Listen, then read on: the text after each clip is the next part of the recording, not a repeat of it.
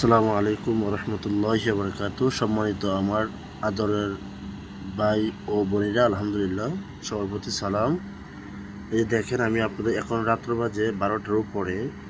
এটা শরীর বন্ধের তাবিজ। এটা মারাত্মক, এটা পরীক্ষিত, 100-100 পরীক্ষিত। এটা অনেকগুলো কাজ হয়, শরীর বন্ধের জন্য হয়। কোনো রোগীর শরীরে এই তাবিজটা থাকলে আল্লাহর কসম কোনো জিন্নাত তার ক্ষতি করতে পারবে না।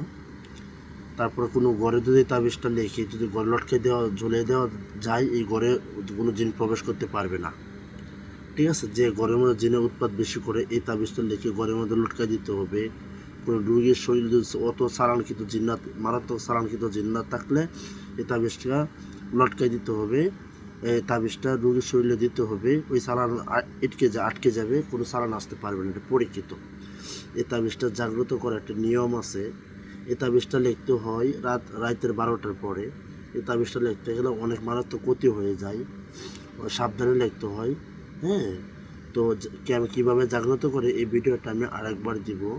আপনারা যারা চান এই তাবিজটা, আপনারা এই আল্লাহ কোরআনে এই তাবিজটা জাগ্রত কেমনে করে লিখবেন, নেবেন, আপনারা আমার সাথে যোগাযোগ করবেন, ইনশাআল্লাহ আমি বলে দেবো জাগ্রত করার নিয়মটা। আসসালামু আলাইকুম রহমতুল্লাহ।